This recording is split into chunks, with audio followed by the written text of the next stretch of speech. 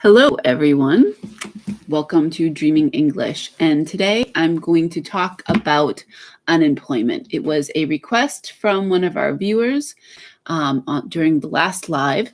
And basically, I'm going to talk about unemployment, my own personal experience with unemployment here in the US, and some experience that I had working on a project with a research project for unemployment. So I did experience unemployment. I had worked for 12 years for an insurance company. And one day I was called into HR and I was told that I was going to be laid off.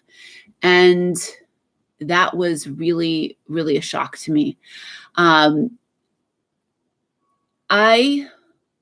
I was told, okay, you're going to be laid off. And the good thing about it was that they gave me 2 months. So they said, okay, you're going to be laid off in 2 months. Here's your paper. They actually sent me home for the day. They said, okay, go home, just think about it or whatever. And so it was a real shock to me. I had been working for the insurance company for 12 years, and it was a shock.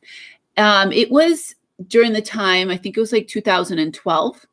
And it was after we had that big, huge crash, like all over the world. But I think this crash was the whole mortgage thing that happened, and a lot of unemployment all over the world back between 2007 and 2009. And thank you, Talking America, for joining, and Vignesh. So I was out of a job and I didn't know what I was going to do. Hello, Kandash, as well. I'm Chandan. Thank you so much for joining. So how many companies have I ever given an interview for? Well, geez, I'm not exactly sure how many I have had interviews for, but what I found when I was out of work is that I was really good at helping other people look for jobs. And so I started to think about changing up from working insurance to instead working in an industry where I would be helping people actually find jobs. So here I was without a job, but I was really good at helping people with resumes and helping people with, looking for jobs. So I kind of changed up and I decided that I would go work in a college and work in what's called career services. And so basically I changed up things. I went on something called informational interviews. And what does that mean? I would call up or write an email to someone and say, I'd like to talk with you and just find out stuff about your job, about your industry. And it was an interview without the idea that I would get a job. So I contacted all of these people in career services in different colleges, and I had informational interviews, and I asked them if I could volunteer with them, if I could intern with them. Hello, Charette. Let me know where you're coming from. So today we're talking about unemployment. I'd like to hear your experiences with unemployment around the world, but I'm just telling you briefly about my experience after working for 12 years as an underwriter in insurance. And so what I ended up doing was that I transitioned and I got an opportunity to work as a career advisor at a local college. And that's how I transitioned kind of into the work I do today. Now I actually work in a high school, but it's kind of similar. Like I help people figure out what they want to do for a job. I help them with resumes. I help them with college applications, but I transitioned after being laid off. So in the US, when we are not fired, but if we are laid off from our job because they do not have work for us. So that's what it means. So if they do not have work for you, they can lay you off. And the law in the US, especially in the state that I live in, is that they have to lay you off. They can't hire somebody else to do your job for at least 6 months. So what happened to me is that I got laid off, but they didn't hire anybody in Massachusetts to do my job. Instead, they hired people in Maine, which is up a few states up from me, or 2 states up from me. So they could do that. They could say, we're going to relocate this job. And so there I was looking for a job, and I kind of found I was really good at helping other people. So I switched over to be a career advisor. Now I worked at that part-time, so I technically was unemployed or underemployed for 2 years. So underemployed means that you don't have enough income to pay your bills. That's underemployed. That's what we'll say here in the US is underemployed. So I was underemployed for 2 years. while I was working part-time. So yes, it's a global issue, and that's why I thought I'd talk about this. I had somebody from India join last week or 2 weeks ago, I'm not sure, who asked to talk about the unemployment. So it is a global issue, and that's why, especially with the whole pandemic, it's become an even bigger issue. So that's why I thought this would be a good time to talk about this. And so I found that I was good at helping people, and that's why I transitioned into being a career counselor, now more of a college advisor, but I still do career counseling now and then. If somebody needs help with a resume or if they have an interview coming up, I will do some counseling and help them to figure out how to answer those interview questions and so on, because I found that that's something that I was really good at. So I'd love to know where you're coming from. Please hit the like button and let me know if you had ever experienced unemployment. I feel it's something that I can talk about because I experienced it. I know what it's like to not just be unemployed for a short amount of time, but what it's like to be unemployed for a long time, because I was unemployed for 2 years, not fully unemployed. I had little part-time jobs, but not enough money to pay the rent. So that's what we call underemployment in the US.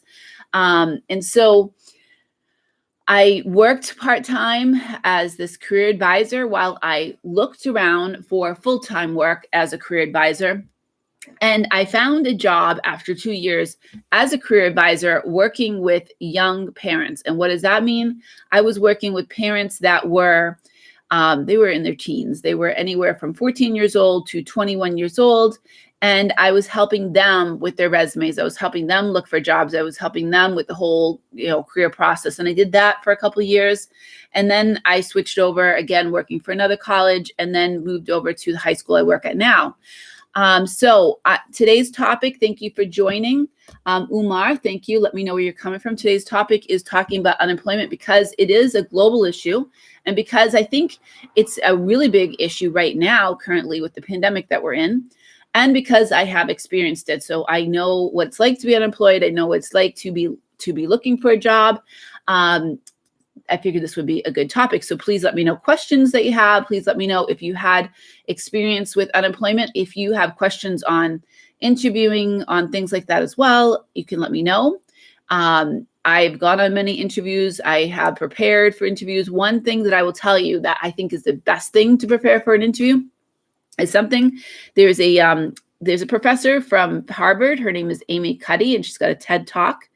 And it's called Presence. And so what she talks about is the science of positive body language, which means kind of like doing like a, hello, Omar from Nigeria, thank you for joining. So doing like a Superman pose or a Superwoman pose for 2 minutes. What does that do for you? If you do this, not in the interview, of course, but if you do it before you get to the interview. So if you go to the building where your interview is and you go into the bathroom and you do this Superman or Superwoman pose, like for 2 minutes, right? You're going to be putting your body in a very positive, way. And what is going to happen is it's going to build up your positive hormones, your basically your testosterone, which is what gives you courage, right? And it's going to lower your stress hormones or your cortisol, and it will help you do better in an interview. So Vignesh says, yes, the pandemic period has caused issues for people with jobs. Yes, absolutely. Here in the US, actually, so we had our students have returned to school, but we don't have enough bus drivers. We still have a big unemployment issue, but we also have an issue where when people were unemployed and they weren't driving the buses, that they found different work. Maybe they went into construction, or they went into delivering packages for Amazon. So now we have the opposite of, we still have people that are unemployment, but we have an issue where we have some jobs that we can't fill. Part of the reason is that some people can't work. Maybe they can't work because they have a poor immune system. And, as a bus driver, you don't want to be in a bus with a bunch of kids that are breathing and spreading the virus, right?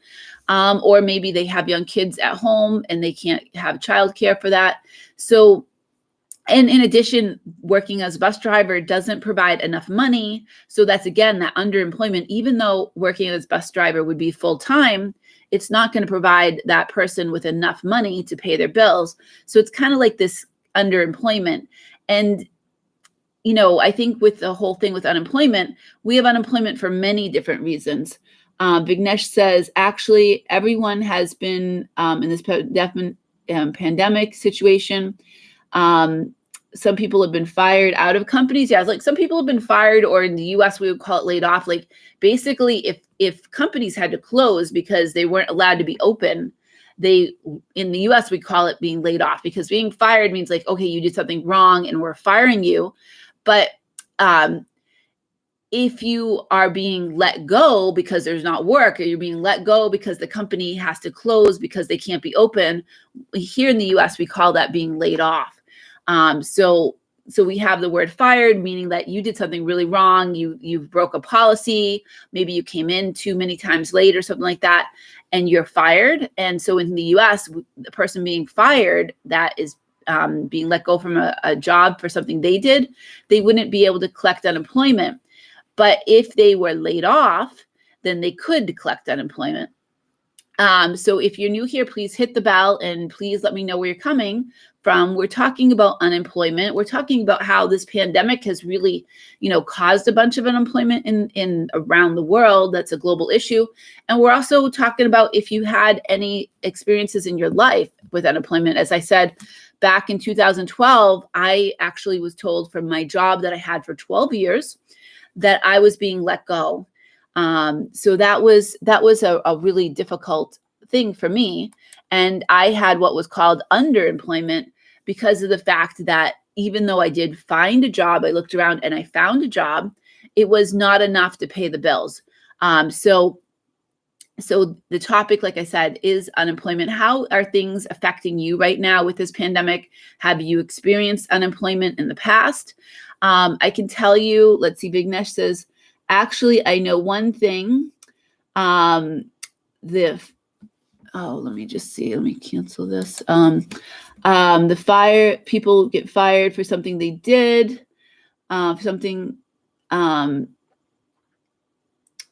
their own webpage. I'm not sure exactly what you mean, but I think what you could be talking about, some people might put something out there on the internet. Like maybe you put something on your social media that could be, you know, maybe it's questionable, and an employer might say, well, I'm going to fire you because you've insulted this company, or you put something that they don't approve of. Yes, there are people that get fired for that. I'm not going to talk a lot about that today, and I don't know a lot about that. I went and got my MBA, which is Master's of Business Administration, and I took classes on human resources and classes on all the employment laws, but that was back, I think, 6 or 7 years ago, so I'm not 100% sure on all the law on that. But Rocky, hello, unemployment. This was your topic you suggested, so here you go. Thank you so much for joining. So basically, I thought, as Rocky had asked for this topic, I think it was a week and a half ago, I thought this would be a good topic. I have experienced unemployment in the past. Fortunately, right now, I do have a full-time job. I actually also worked on a project with a professor where we talked about unemployment and long-term unemployment, and we did research on that. And that was, I think that was between 2014 to 2016 that I did that research with it was actually a professor from MIT, Massachusetts Institute for Technology. And the whole project was to really look at the effects of long-term unemployment and the effects of long-term unemployment on people that are older. People that are older over the age of 40. So basically in the US, we consider if somebody has lost a job or didn't get a job because of age discrimination, it's over the age of 40. So government should provide employment for all graduates. Yes. I mean, I agree with that, Rocky. I think that definitely jobs should be available for everyone that is educated and able to work. I think it's a difficult thing to kind of put in place, though. Like here in the US, I know when we had the Great Depression, Roosevelt put into a whole bunch of things, which actually gave my grandfather, who was out of work, he gave him work. It was called the CCC, and basically, or the don't remember the names of these programs, but basically it was a program that built bridges and built parks and built a whole bunch of different things. So it put together a lot of people to work to work on things that people needed, like parks and bridges and transportation stuff. Yeah, so Vignesh, what I was talking about, you're talking about people getting nervous for interviews, and I was talking about something that you can do, a little tool that will take you 2 minutes that can give you some help for your next interview. And so what it is to go before your interview, to go to the building, but go into the bathroom. And what you do is you're standing in the stall, but you're doing hello, English, Finglish. Thank you so much for joining. You're doing what's called a Superman pose. And what that is it's going to build up your confidence hormones, your testosterone, and it will lower your stress hormones. And what we'll do is it's going to actually give you more confidence in that interview. And this professor, her name is Amy Cuddy. You can look her up. I think it's AMY space CUDDY. And she's got a TED Talk where she talks about this research. And basically what they did was they measured people that either went and did like a slumped kind of thing and kind of, if you like slump your body and you kind of have a very passive body language, it's going to lower your it's going to give you more cortisol, which is a stress hormone. And basically, the opposite, if you have that Superman or Superwoman pose, in my case, I'm not going to be Superman, you do that for 2 minutes, is going to raise your testosterone, which is your confidence hormones, right? And you'll do better. And they measured this, and they measured how people did on interviews. And they found that people that did the Superman or Superwoman poses did better. And those were the ones that the hiring managers are the people that basically are deciding who to hire, right? Those are the ones they decided they wanted to hire, the people that did the Superman or Superwoman poses. So I would suggest that is a simple tool that for your next interview, it could be your next interview, the next time that you have to, like the next time that I go live, like going live and talking to all of you, I could get a little nervous, right? If I am going to be interviewed, or if I'm going to address like the school board, like I have before, like address the school board, address a whole bunch of government officials, going and doing that 2-minute Superwoman pose is going to give me confidence. So thank you. If you're just joining, hit the bell. The topic is unemployment, and it's affecting everybody around the globe. It's affecting people here in the US. It's affecting people in India. I have people here watching from India. I have people watching from Nigeria. I have people watching from Dominican Republic, English Valentine from Dominican Republic. Thank you for joining. So it's affecting, I know English Valentine is a tour guide, and during the pandemic, without people not being able to go to Dominican Republic for such a long time, English Valentine found that he was not able to do that work. So he started a YouTube channel to teach English because he speaks English very well, along with a bunch of other languages. So basically, this whole thing, like, it's affecting the world, right? Rocky says Wi-Fi can actually, is an issue too. Like, some people are trying to work now at home on their computer, and if you don't have good Wi-Fi, that could definitely affect your ability to work, especially if you're working remote. I have one of my subscribers from Venezuela, and he does a lot of work, obviously, on the internet, doing translations for people and stuff. And when the Wi-Fi is not good, he can't get his work. So that causes problems with unemployment, right? Problems with electricity and that kind of thing. If you, I know in Venezuela, the electricity is lost quite often.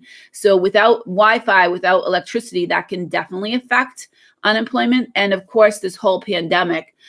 So English Valentine says, thanks. We have a lot of tourists in the Dominican Republic. I know now, I believe you're getting a lot of tourists, but for a long time, I think you told me that the tourists were not able to go to the Dominican Republic. So I'm glad to hear that you are able to do your work as a tour guide. Definitely, that's awesome. So Rocky, I don't know much about cricket. I do need to watch some videos on cricket, but in any case, the topic today is unemployment. So I'm going to talk, and that was actually your request, Rocky. So we'll talk about, unless you are a cricket player and you're out of work for not being able to play cricket, which, it has affected people. I mean, I think, the fact that we had this pandemic and we haven't, like, sports, for instance, okay, for a long time, obviously there were no games in person, right? And there were games with no people watching. So ticket sellers were out of work. The people that were, even the people that played the games were out of work because they didn't even have the games for a while. I know in the US, a lot of things got canceled at first. I don't feel too bad for a lot of those people that play in like the NFL and stuff because they make a lot of money. But, the people that selling tickets, those people don't make a lot of money and they were out of work. Vignesh says some people get a job. They could be an expert on, and so you're talking about salary. Okay, so I'm not sure what your question is. If you want to try to like, refine it and let me know. But so my work, I did this work with a professor from MIT, and we were doing research to find out if people that were unemployed, and this actually is a book that came out of it. Well, our author, Ofer Sharon, has one chapter in this book, and my name is mentioned because I helped with the research.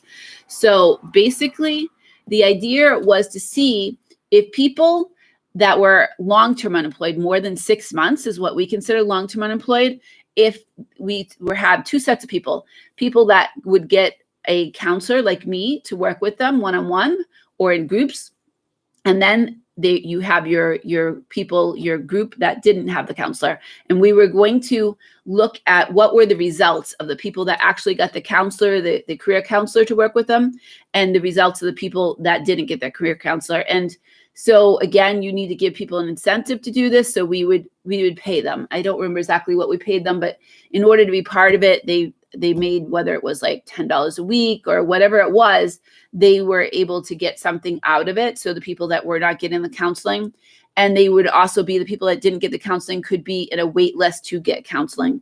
And so we measured how that, did that help with being unemployed, long-term unemployed, more than 6 months. If somebody having a counselor would do better and have a better chance of getting jobs than somebody that didn't. And the result was, of course, what we thought it would be is that people getting the counseling, getting the career counseling, did actually do better and get jobs quicker than the people that didn't get the counseling. The jobless people had been had their own ideas. Oh, I think what you're saying is like, a lot of people we call, part of our research started talking about the gig economy. And I think this is what you're talking about, starting your own web page, starting your own business.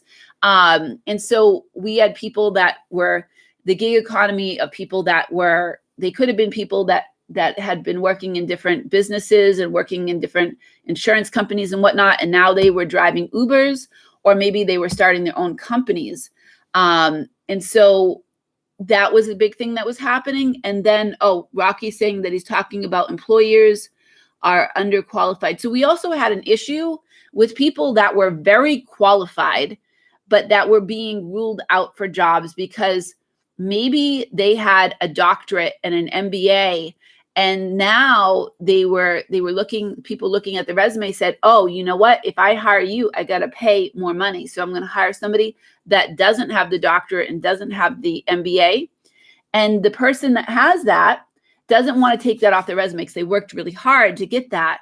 So there's kind of like a quandary there. Like, does the person take off their resume and dumb down their resume to try to get a job?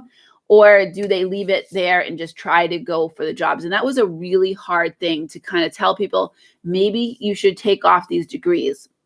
Now, on the other hand, Rocky, you're talking about people that are underqualified.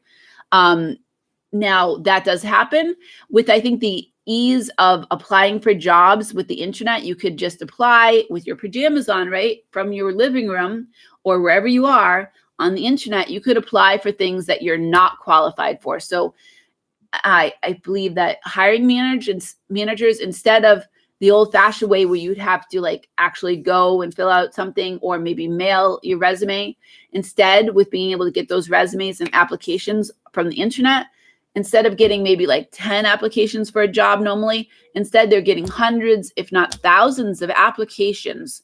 And they're getting things like maybe there's a yoga instructor that's applying to be a tax accountant. And I'm just making that up out of my head, but that's the kind of thing that was happening, is that people were applying for things that they were underqualified for.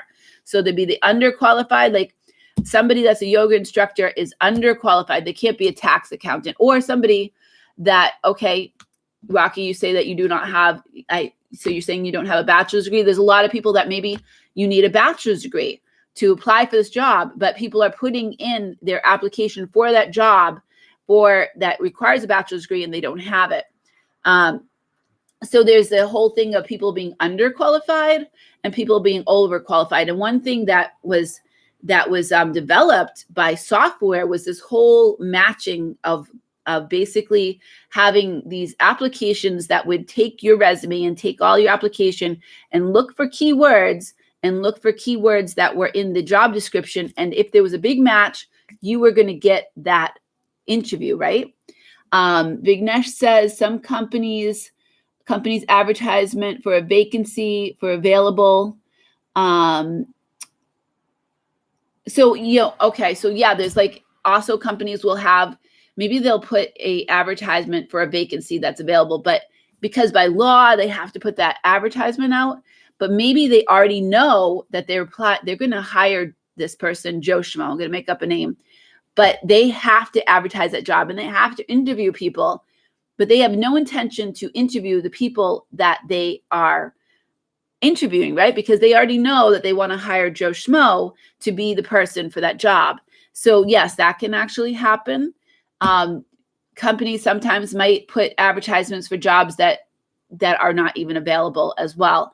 But more often than not, it's a requirement sometimes for a job to be advertised, and it might not even be available because the employer already knows, I want to hire this particular person. So if you're new here, please hit the bell. And we're talking about unemployment. If you have been affected by unemployment, if you're unemployed right now because of the pandemic or because of some other reason, let me know in the comment section. Let me know where you're coming from too. We have English Valentine from Dominican Republic, English Finglish, who has an awesome YouTube channel with some great English conversations. And you can follow him there for that. And we have people from Nigeria and people from all over that are taking part in this conversation of how are you being affected by unemployment? So another thing that can affect you is like transportation. So I live in a town that doesn't have really good transportation. There is no train, there is no bus system. So unless you have a car and also in the town that I live in is not near the highway. So I really would be limited to jobs that are really just in this town in which there aren't very many jobs, right? If you work in the hospital, great. If you work in the college, great. If you work in the schools, great. But if you have to do something else, it's going to be difficult if you need to get transportation there. And so some people might live in a place where transportation is an issue for employment. And so, I bring that up because Rocky says he's waiting for a train. So it made me think of all the people that have to actually, they have to drive or they have to take a train or they have to take a bus. And some people that affects them because maybe there is no bus line near you, or maybe there is no trains. Here in the US, we don't have a very good transportation system. So that can be a problem, and unemployment can be much higher in places where there is not good transportation. So if you're just joining, please hit the like button and please let me know in the comments where you're coming from. We're talking about unemployment right now. And I just was thinking about how transportation can be an issue to cause more unemployment in some places than others, especially when you have to go someplace. If there aren't a lot of jobs where you live, then you need to be able to drive there, to walk there, to take a bicycle there, if the weather is good, right? Because you can't always walk or take a bicycle if you have extreme weather. Where I live, we have snow, we have rain, we have all kinds of weather. So biking and walking isn't always something that's possible. So it can be a real problem for people that cannot work in education or in a hospital where I live. It's going to be a problem for them to get a job because there's no train and there's no bus and there's no highway to be able to get to the bigger cities where there are a lot more jobs. So that definitely can cause problems with unemployment and can cause some places to have more unemployment than others.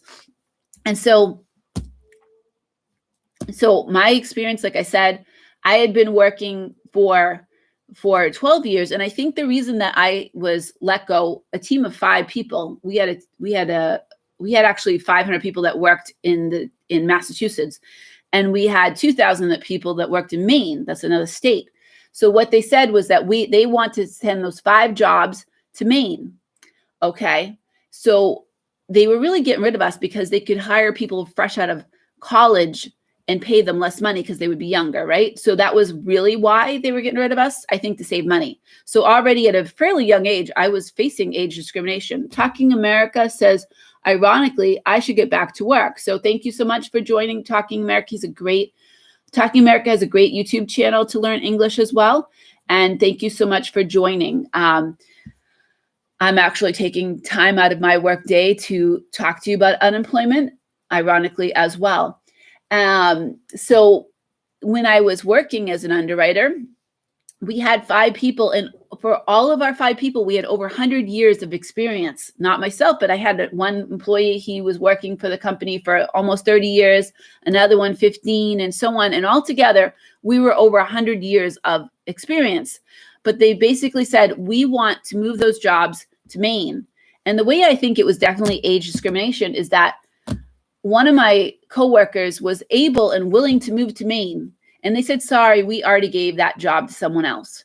So I believe it was the whole idea to hire people straight out of college and pay them way less money by moving those jobs. And so they could lay us off because they didn't have, if they laid us off in Massachusetts where I live and hired somebody within 6 months in Massachusetts, that would be against labor law. You can't do that.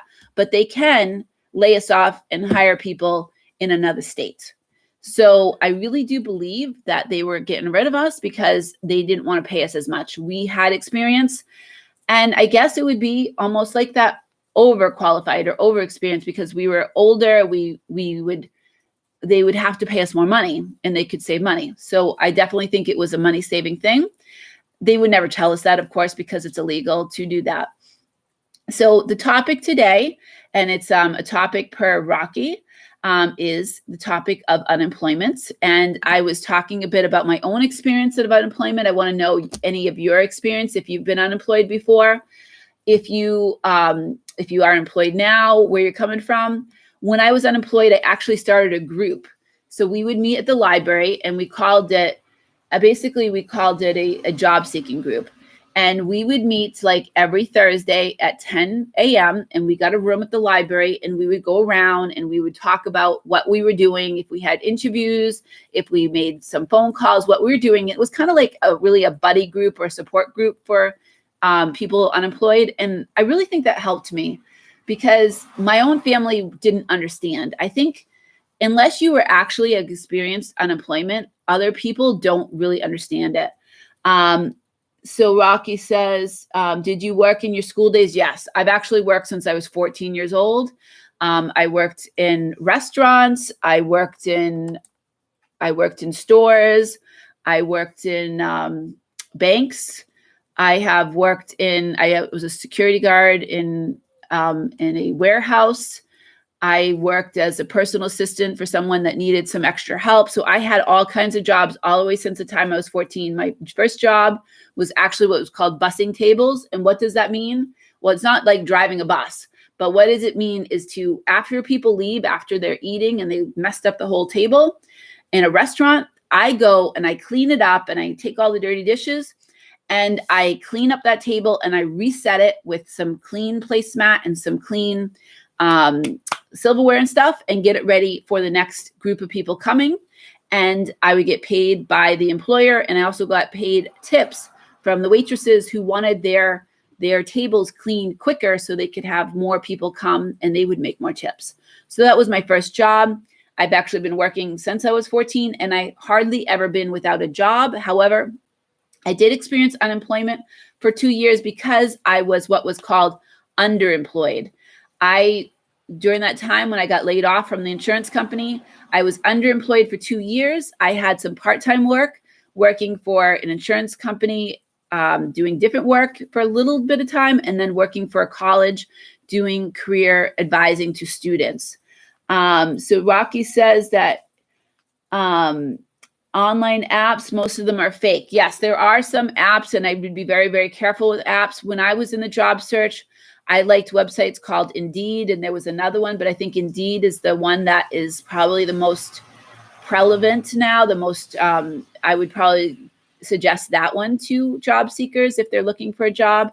But you need to be careful with different sites and different apps for sure if you're looking for work, because there can definitely be fake ones. And there's a lot of people trying to like probably trick you for information and fake apps and stuff. So you need to be careful. I would always go and actually go to their website directly, or Indeed, I'm sure, has an app by now. Indeed is the one I would suggest for people to use, as well as looking at the company's websites themselves. So if you're looking for a job for Google, I would go to Google's website and look at their employment, their tab for like job opportunities. That's what I would do. So let's see. Vignesh says, suppose we get a job and, okay, so getting the job, I'm not sure what your question is there. If you can rewrite that, I'm not exactly sure that I understand. So Indeed is one that I would tell people to look at for looking for jobs. And in addition, there are books that I would tell people, if there was one book to buy, this was the book. It was called What Color is Your Parachute? And this particular person, he actually passed away, but he was writing this book every year, a new edition. This was the 2013 edition. So I bought this during my unemployment. He would write this and he would update it. And he was actually excellent on pretty much coming up with this whole idea. Like I said, I kind of created that job seeking group at my library, and I joined other ones. And the whole idea was to come up with a buddy group, because when you are unemployed, your family members that are not unemployed don't really understand. They'll say, well, why can't you get a job? What's so hard about it? Why don't you just apply?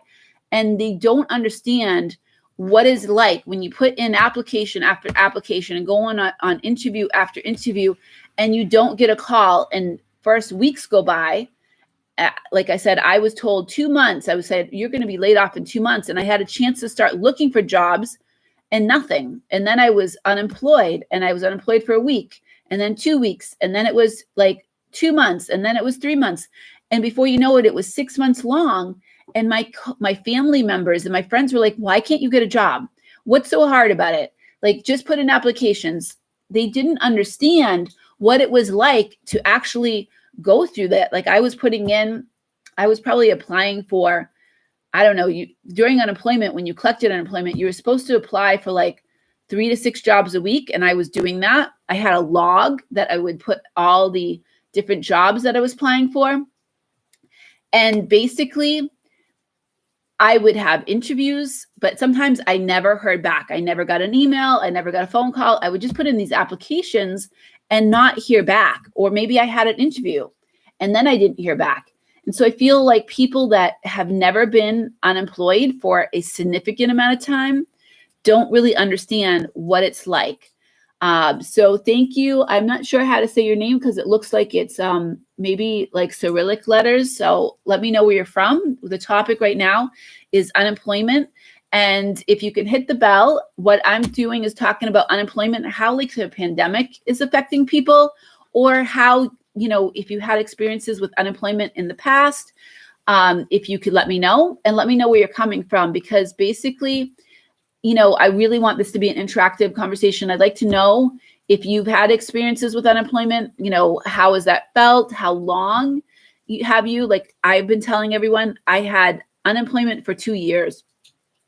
I lost my job. I didn't get fired. I got what's called laid off, which means that they didn't have work for me anymore. But I was out of work for full-time work for 2 years. I actually did find part-time work. And the way that works in the US is if you work part-time and you are collecting unemployment, then you can have your unemployment longer. Unemployment usually lasts about 6 months in the US, Right now during the pandemic, it has been much longer. It was extended and people got more money. But usually in the US, you would be able to get, if you work for an employer that pays into the unemployment insurance, you would be able to get unemployment that would give you about 50% of your pay. And that would be for about 6 months. Now, the last 2 years, there has been a lot of extra money that the government has decided to give people in the US here. They've actually gave people that are in the gig economy, which means the Uber drivers and the people doing all that kind of work where they were out of work. Uber drivers wouldn't qualify for unemployment because they are self-employed. But during this pandemic, they qualified for that. And anybody that had self-employment businesses, they would qualify. A lot of that unemployment is ending because our government has decided not to continue that extra employment. But some people have been collecting unemployment for 18 months because of the pandemic here in the US. But usually it's only 6 months for unemployment, and it's only if you worked for an employer that paid into the unemployment insurance system. So I worked for an employer that paid into that, and they also offered me something called a severance package. What does that mean? So basically, for every year that I worked for the company, and I worked there for 12 years, I would get 2 weeks of pay when I got laid off. So when I got laid off after 12 years, I got 24 weeks all at once paid to me. And so that was what was called a severance package. And now, did that affect my unemployment? Yes. So basically, I had gotten this check from my employer, and my unemployment had to be delayed until like I ran out of that money. So it's different however, like an employer can pay that severance package all at once, or they can pay it over a certain amount of time. So it depends on how your employer pays that severance package of how it's going to affect your unemployment. But right now, I'd like it if people put questions or comments of where you're coming from, if you're unemployed now, or if you've experienced unemployment, if you experienced issues because you were underqualified or overqualified, let me know in the comments. Like I said, I have been unemployed for 2 years, and I worked on a project with an MIT professor that resulted in one of the articles in this book. This book came out, I think, in 2015, but it was one of the research from this project that I worked on. There's an article in here, and it is basically on long-term unemployment and the results, the effects of long-term unemployment. So Vignesh says the last month, for the last month, maybe. So, yeah, like, I think your question on being interviewed online, now that is probably a very common thing right now in the pandemic. Back when I was unemployed, I had only one Skype interview. Most of them were in person, but I imagine now most interviews are being done online because of the fact that we're still in this pandemic. And that's a whole new thing for people that were unemployed and maybe having an interview online, and maybe they're starting their job. And we had people starting the job where I work, where they're still working remotely from their homes, and they are not actually working in an office. That has to be way different. I remember like preparing for my Skype interview, and I imagine they're now on Zoom and Google Meets and all these other platforms. But at the time, there was really only Skype, and really making sure that I didn't have a busy background, making sure that everything looked neat, making sure that I had good lighting, making sure that my mic was good. So what I did to prepare for that is I Skyped with someone else to make sure that if I was going to have the Skype interview, that I had, like, my video was good, my mic was good. How did I sound? So I think that's the same thing now. If you're going to prepare for that, maybe even go as far as recording yourself. You can record yourself right on the computer and practice those questions. Because one of the things, when you record yourself and you see that little red line, a little red dot saying record, it actually tricks your mind into feeling like you're in the interview. So that way, when you actually do interview, you'll actually do better, because you'll actually like practice, and your mind will actually get prepared for that interview, if that makes sense. So that was another thing I did before I had that Skype interview, is I actually recorded myself and I listened to myself. So let's see. Vignesh says, those years, some people. Some people interviewed online. Okay, so yeah, basically, like the whole thing about interviewing online, it's kind of nerve-wracking. Like some of the interviews I heard is that you're not even talking to a person. Maybe you have a question and you need to record yourself answering that question. That's got to be really nerve-wracking. I never did that. My Skype interview was me on this side, and then there was a conference room with like 6 people, and they each were asking me questions. So that was a bit nerve-wracking to have what's called a panel interview. There's a couple different kinds of interviews. One is an interview where it's only one-on-one with one interviewer and yourself, or maybe there is a panel of people that are asking you those questions. And that particular interview, it was for college, and it was a panel interview because here I was on my side of the camera, and on the other side was this room full of people looking at me, all sitting around a conference table. So that was a bit nerve-wracking. And I imagine now that's what people are dealing with. I mean, the one good thing about getting ready for a interview that's going to be on the computer is that you don't have to worry about traffic. You don't have to worry about like getting someplace on time, but you do have to worry about your internet. You do have to worry about, okay, is my internet good? Do I have a good connection? You have to worry about, noise. Like if you live in a place with other people, like I live with my kids right now. My son actually left for college, but my daughter's still here. I live with my father. He likes to sing all day. If you might check out some videos of him singing the songs, but usually he's singing and you can hear it if I was to be in an interview. So usually when I'm doing these recordings, I tell him not to sing, but that's some of the stuff you have to think about, all the background sound that you have if you're going to do a Skype interview or a Zoom interview. Those are some of the things that you have to think about ahead of time and prepare. And, prepare to make sure that you don't have a busy background. Prepare that you have good lighting. Make sure that you might have some nice, like maybe lighting from outside that's natural. Right now, I'm using actually the lighting from outside, but I'm also using one of those ring lights because the lighting in this room isn't the best. But I probably, if I was doing a interview, I would not have this background. I'd use those Zoom things, and I would probably put a fake background because I wouldn't want people to see things about me. I wouldn't want them to see my family pictures. I wouldn't want them to see even though I think my background is nice, but I wouldn't want an interviewer to be seeing any of these personal things about myself. So I would probably use those Zoom backgrounds if you're able to, and change it up to, you can change it to have like a bookcase behind you or something like that. So not have a busy background, which this might be a little busy. But any case, so the topic, if you're joining, is about unemployment. I know it's affecting people all over the world. There's unemployment, underemployment, like if you have a job, but it's not enough money to pay the bills. If you look for jobs, but you are overqualified, maybe you have a master's degree, but they only want people with bachelor's degree and they don't want to hire you because it will cost too much money. Maybe you're underemployed because the jobs you're looking for require a bachelor's degree and you don't have that yet.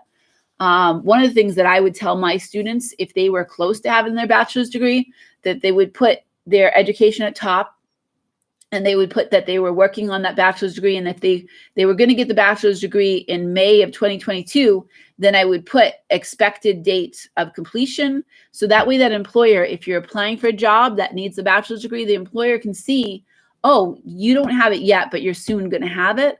So it would show that, or maybe I'd say 75% completion of the bachelor's degree, something like that. Also put some relevant coursework. If you're looking for a job in, some sort of like biotech, if you take in different biology classes, I would put those as relevant coursework.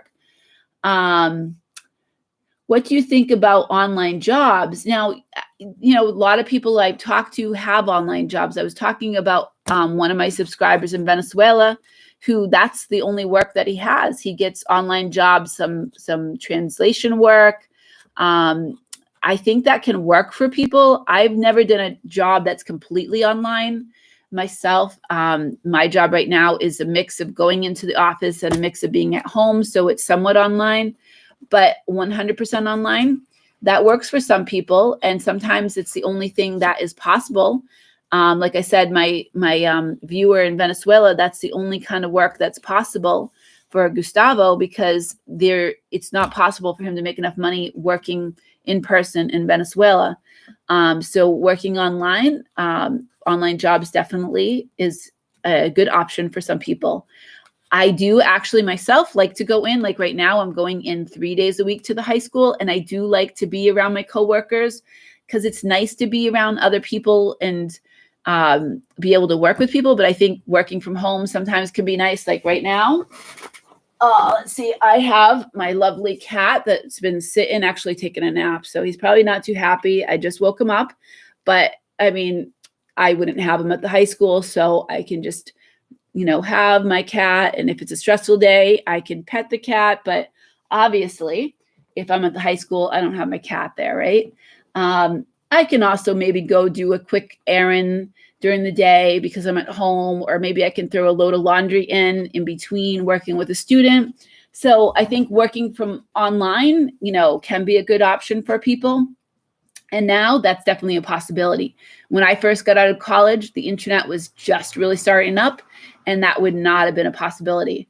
I think now with the pandemic, something that has changed is that there's an awful lot of opportunity for people to work from home or to work partly from home. Like after we came back, it was decided that I would not work every day in the school because one, there's not enough room. We need to kind of distance ourselves from the other students. So I would work a few days from home. So online work, yes, that definitely can be a good option for people. Looking at the time, I'm going to go for about another 10 minutes, but the topic is talking about unemployment. If you have experienced it, if you know other people that are experiencing it, you can let me know. I'd love to know other people's experience. Like I said, I experienced it in the past. It seems like yesterday to me, but I guess it was almost 10 years ago that I was told that I was losing a job that I had for 12 years. But that job I lost in 2012. So I guess it's almost 10 years ago. Time just flies. So much has changed, but again, sometimes it feels like yesterday. And so I feel like I can talk about this as I have firsthand experience being unemployed. And I feel like I also can talk about it because I've worked as a career advisor, a career counselor, working with people that were looking for jobs. And I worked doing research with a professor from MIT on a project that we did. What are the effects of being long-term unemployed, especially on the population of over 40 years old? We're looking for the effects. Is there discrimination happening there? Are people kind of losing their confidence because they've been unemployed for so long? And would it help if somebody that was long-term unemployed actually had the opportunity to get help from a career counselor or a career advisor? So that actually, we did find that it did help people. I think it helped them not so much in like, oh, they had a better resume or they had some coaching on the interview skills, but I think what helped was the confidence that it actually helped. They had somebody to talk to about their experience, and they had somebody that could kind of coach them a bit. But I think it was more like having somebody there to talk to and understand their experience that really helped them. Because I think people that didn't have that one-on-one were going to be more down. And when you're down and you're not, feeling confident, you're not going to do as well in those interviews, which then comes back down to that whole thing about building that confidence. And how do we build the confidence to continue in our job search? How do we build the confidence to do better on our interviews? And again, it goes down to that whole thing of being present. And how are we present? Well, we make sure that we build our confidence hormones, which is that testosterone. How do we do that? We can do that by having that Superman or Superwoman pose. But another way is just thinking about it. Just thinking about having that pose, thinking about that will actually build that confidence and help you do better in that next interview.